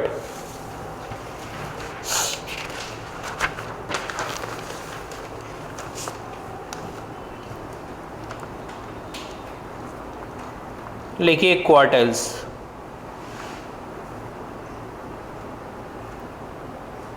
क्वार्टाइल्स वर्ड सुना है आपने कभी, जल्दी बताइए हाँ या नहीं। लिखिए द 3 पॉइंट्स, पहले डेफिनेशन लिख लीजिएगा, लिखिए the 3 points which divide the whole distribution, the 3 points which divide the whole distribution into 4 equal parts. The 3 points which divide the whole distribution into 4 equal parts are called quartiles. Are called quartiles. हाँ, एक minute यहाँ concentrate किए, एक point ये, एक point ये, और एक पॉइंट ये। कितने पॉइंट्स मैंने आपसे कहे, 3। कंफर्म, कितने इक्वल पार्ट में, 4 इक्वल पार्ट में। इतनी बात है क्लियर। तो मुझे बताइए पहला पॉइंट सपोज ये है, तो इससे पहले कितने ऑब्जर्वेशंस होंगे, 25%, और इसके बाद 75। कंफर्म, इसे हम कहते हैं first quartile, denoted by Q1, denoted by Q1। मुझे ये सेकंड पॉइंट है, इससे पहले कितने ऑब्जर्वेशन, 50%, और इसके बाद, ठीक है क्लियर इतनी बात है। तो ये हुई Q2, आपको मालूम है ये मीडियन हुआ आपका। क्यों हुआ मीडियन, क्योंकि हाफ हाफ में डिवाइड हुआ। ठीक है, नेक्स्ट आइए Q3।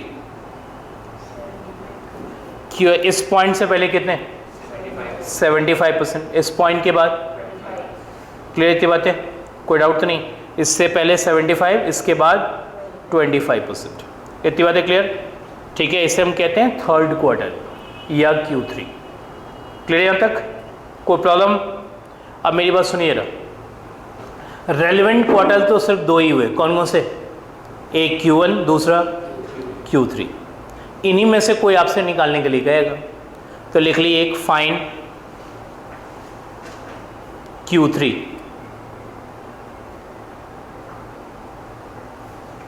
ठीक है, राइट ऑन। कैसे निकालेंगे, probability x less than equal to, आप इसे इंडिकेट करना चाहो तो इंडिकेट कर दो x1, x2, x3। तो लिखो probability x less than equal to x3 is equal to क्या, 0.75। 0.75 कंफर्म। अप टू x3 कितना एरिया है, 75%। x3 ऑनवर्ड कितना एरिया है, 25%। किसी एक का हेल्प लेना। ठीक है यहाँ तक। अब आपके पास यहाँ 2 मेथड हैं, या तो आप PDF के थ्रू करो, PDF के थ्रू करोगे तो आपको इंटीग्रेशन करनी होगी, ठीक है, और CDF के थ्रू करोगे तो आपको इंटीग्रेशन से बचे रहोगे। तो आपके पास दोनों मेथड हैं, आप आइदर मेथड यूज़ कर सकते हो। तो बेटर यदि CDF अवेलेबल है तो सबसे इजी कौन देगा सॉल्यूशन, CDF। आप इसे लिखो f x और क्या x3 इज इक्वल टू 0.75। कोई डाउट यहाँ तक, लिखो दिस इम्प्लाइज, हाँ मुझे बताइए आपकी फंक्शन CDF में कौन कौन सी थी, एक 0, नेक्स्ट x3, नेक्स्ट नहीं नेक्स्ट 1, एक 0, एक एक्स क्यूब, नेक्स्ट 1। मुझे x3 सब्स्टिट्यूट करना है तो क्या हो जाएगा ये x3 का क्यूब, क्या हो जाएगा ये, तो लिखो x3 का क्यूब is equal to 0.75। So finally x3 क्या होगा 0.75 का क्यूब रूट। समझ में आ गई बात? ठीक है, लिखिए पॉइंट नंबर 4,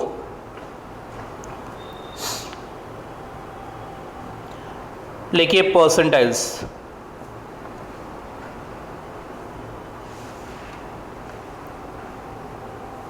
लिखा आपने परसेंटाइल्स? हाँ लिखिए डेफिनेशन में 99 points, 99 points which divide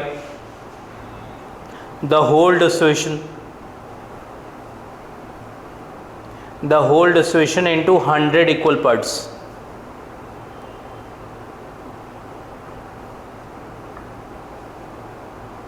are called percentiles.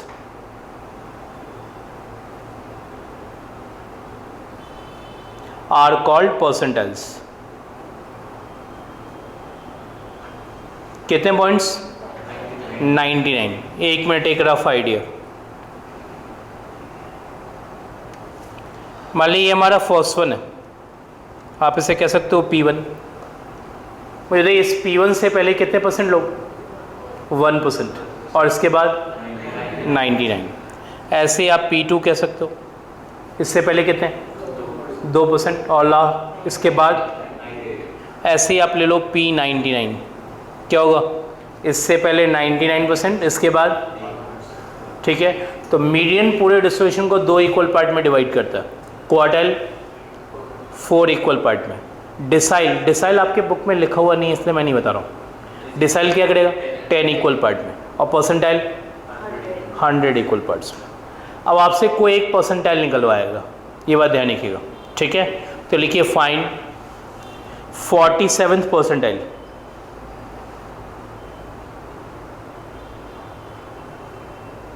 Find 47th percentile, ठीक है। लिखा आपने, right down solution. 47th percentile का मीनिंग आप समझ रहे हैं ना? इससे पहले कितना एरिया, यहां से यहां तक कितना एरिया 47%, इसके बाद कितना 53%। तो आप इसको कोई चीज़ से डिनोट कर लिए, किससे डिनोट करना चाहेंगे? सपोज y से हमने डिनोट कर दिया, किससे डिनोट कर दिया? तो लिखिए probability x less than equal to y, कितना 0.47। इतनी बातें क्लियर? आप इसे CDF से सॉल्व करना चाहें तो इसे लिखेंगे क्या, f(x(y) is equal to 0.47। CDF आपका तैयार है, क्या क्या है 0x3 1, तो उसमें y सब्स्टिट्यूट करेंगे तो क्या हो जाएगा y3। तो लिखिए y3 इज इक्वल टू 0.47। तो मुझे देखिए y क्या होगा 0.47 का क्यूब रूट। समझ में आ गई बात? कहीं कोई कंफ्यूजन? आपकी बुक कहेगी आपको निकालने के लिए 100p परसेंटाइल, क्या कहेगी 100p परसेंटाइल निकालो। यदि वो ऐसा कहती है तो आपको उससे बॉदर्ड नहीं होना, ये बात ध्यान रखिएगा। जैसे हमने 47th परसेंटाइल निकालने के लिए क्या किया 0.47 लिखा, 90th परसेंटाइल निकालने के लिए क्या करेंगे 0.90 यहाँ लिखेंगे। तो मुझे देखिए 100p परसेंटाइल निकालने के लिए क्या लिखेंगे 100p डिवाइड बाय 100, कितना होगा p, क्या लिखेंगे p। तो यहाँ क्या हो जाएगा उस केस में p का क्यूब रूट। समझ में आई बात? आप कहेंगे ये 100p क्यों निकलवाते हो? तो 100p निकालने में एडवांटेज है कि उस केस में उनको अलग अलग परसेंटाइल आपसे नहीं निकलवाना पड़ेगा। जैसे उनको 47th चाहिए, ठीक है, तो p की जगह 0.47 रख देना। उनको 90th चाहिए तो p की जगह 0.90 रख देना। उनको 68 चाहिए तो p की जगह 0.68 रख देना। समझ में आ गई बात? सो आपकी बुक क्या निकलवाएगी आपसे? 100p percentile. कुछ नहीं करना है, 47 परसेंटाइल निकालने के लिए 47/100 करते हैं, तो 100p परसेंटाइल निकालने के लिए क्या करेंगे? 100p डिवाइड बाय 100 क्या होगा? p। बाकी प्रोसीजर सेम रहेगा। ठीक है, तो क्या क्या मैंने आपको बताया? एक मीडियन, दूसरा क्वार्टाइल, तीसरा परसेंटाइल। हो गया। अब लिखिए लास्ट पॉइंट आज के लिए, लिखिए मोड।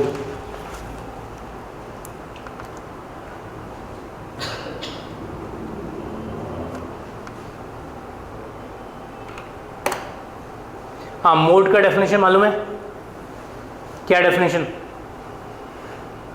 मीन मीडियन मोड पढ़े हो ना? हाँ, मतलब हाईएस्ट फ्रीक्वेंसी, ये सब तो ठीक है डेफिनेशन, लेकिन टेक्निकल टर्म्स में जो लिखना है वो लिख लीजिए। लिखिए mode is the value of x eight which the function PDF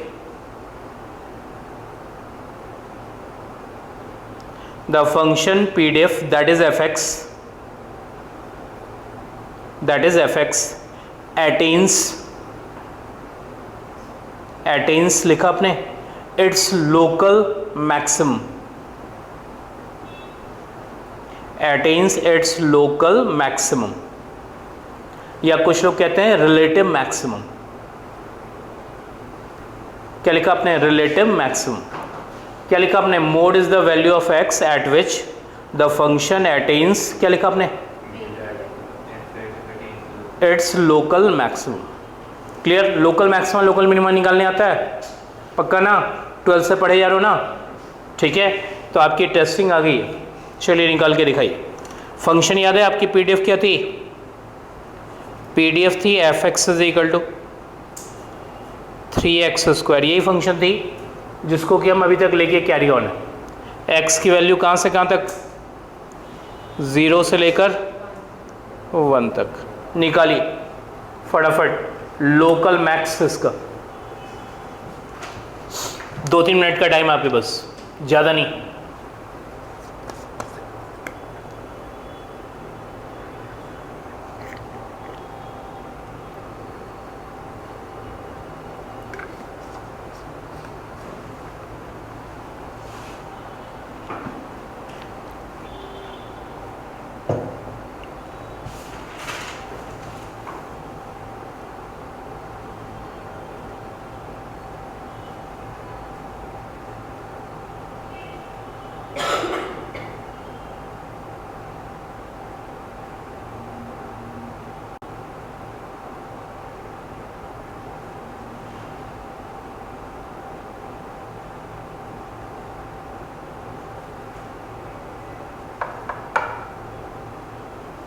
हो गया सॉल्व?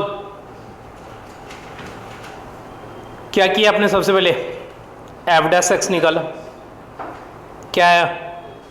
6x। मेरी बात सुनिए, लोकल मैक्स लोकल मिन निकालने के लिए एफ डैश एक्स 0 होता है, हाँ या नहीं? तो एफ डैश एक्स 0 करेंगे तो x की वैल्यू क्या आएगी? 0। फिर हम निकालते हैं डबल डिफरेंशिएशन। क्या निकालते हैं? तो डबल डिफरेंशिएशन निकालेंगे तो एफ डबल डैश एक्स आएगी आपकी 6। क्या आएगी? 6। Is it greater than 0? Confirm? तो डबल डिफरेंशिएशन यदि ग्रेटर देन 0 हो तो मैक्स होता है, मिन होता है? क्या होता है double differentiation? F double dash x आपकी आएगी 6, at x is equal to 0 भी 6 ही रहेगी। तो मुझे बताइए डबल डिफरेंशिएशन यदि पॉजिटिव हो तो मैक्सिमा या मिनिमा?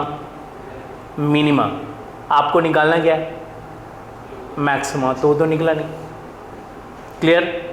इसका मतलब x is equal to 0 mode नहीं है, लेकिन ये आंसर एग्जामिनेशन में नहीं लिखना है कि x 0 मोड नहीं। वो आपसे ये नहीं पूछा था कि मोड क्या है, उससे तो कहना है मोड निकालना है। अब थोड़ा अटेंटिव हुई, इस ढंग से टैकल करने से नहीं निकलेगा आपका। मुझे तो ये डिफ्रेंशिएट करके हमने फंक्शन क्या निकाल रखा है?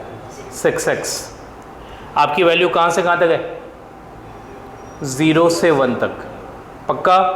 कोई भी वैल्यू यहाँ सब्स्टिट्यूट करके देखिए, हमेशा ये क्या आएगा, पॉजिटिव, और या फिर 0। कंफर्म। बताइए is it strictly increasing function? लिखिए therefore f is strictly increasing function. लिखिए therefore f is strictly increasing function. बताइए f यदि स्ट्रिक्टली इंक्रीजिंग फंक्शन है तो 0 पे क्या देगा, मैक्स या मिन? कोई फंक्शन यदि स्ट्रिक्टली इंक्रीजिंग हो तो 0 पे क्या देगा, मिन, और 1 पे क्या देगा? आपको क्या चाहिए, मैक्स या मिन? लिखिए therefore at x is equal to 1 we have local maximum. At x is equal to 1 we have local maximum. लिखिए therefore x is equal to 1 is our mode. Therefore x is equal to 1 is our mode। Clear? Median हो गया, और क्या हुआ, quartiles हो गया, percentile हो गया, मोड भी हो गया। ठीक है, सारी बातें क्लियर? आज के लिए क्लास यहीं तक।